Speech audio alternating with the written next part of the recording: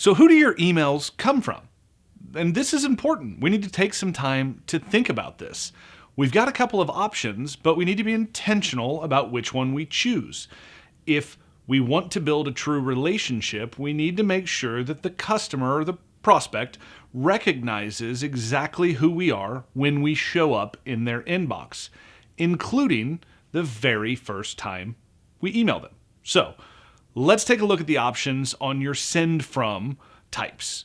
The first option is the face. Now, this option is ideal if you're a founder, if you're a CEO, if you're the, face of the company, if you're a brand ambassador. And this is important if, you're a service provider.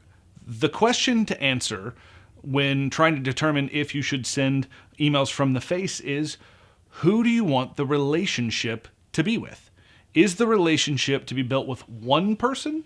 Is the relationship to be built with the brand? Is the relationship to be built with multiple people? So the second option is the brand. So are we going to send emails from the person? So is the from address going to say Richard Lindner, or is the from address going to say digital marketer? So in the from field, first name, last name, or company name.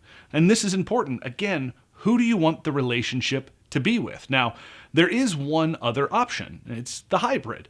We combined the best of both worlds. So emails are sent from Bob Smith at Acme Company or Richard Lindner, digital marketer. This allows for the prospect to ask or answer the question, do I recognize this name or this brand, right? This name or this brand. Let's take a look at a few examples of each.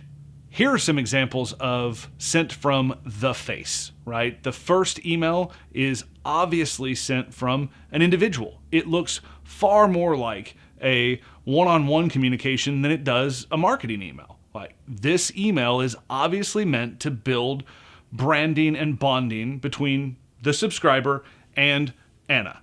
Now, when we look at the email from Pandora, you'll see that obviously this is brand forward. So the top header is logo front and center, but, and this is important, but it is signed from the founder. It's signed from Tim, who's the founder of Pandora. So in this case, in this introduction or in this introductory email, the founder has written a lift. Now, this is an amazing way to add some personality to a brand, right? It's an amazing way to humanize a brand. So still leverage all the benefits and all the credibility of the brand while leveraging all the humanity of a real life person. Again, in our next example, you'll see that both the brand and an individual, the co-founder, are present. Now, in this example from Go Squared and Weebly, you'll see they're sent from the brand. Now, one is signed the Weebly team. Now, I don't care for this strategy. It's tough to have an email that is sent from a team, right? It's tough to have an email that's sent from an inanimate object, which is what your brand is. It's tough to have an email sent from a group of people unless it truly is a group effort where we're talking about multiple editors, multiple contributors, and multiple columns. So I'll tell you this, I believe a best practice when determining who your emails are sent from is to always sign your emails by a real live human being. So whether you choose to send your emails strictly from a face, strictly from a brand, or choose the hybrid model, a face at a brand, make sure you're signing each of your emails from a real live person.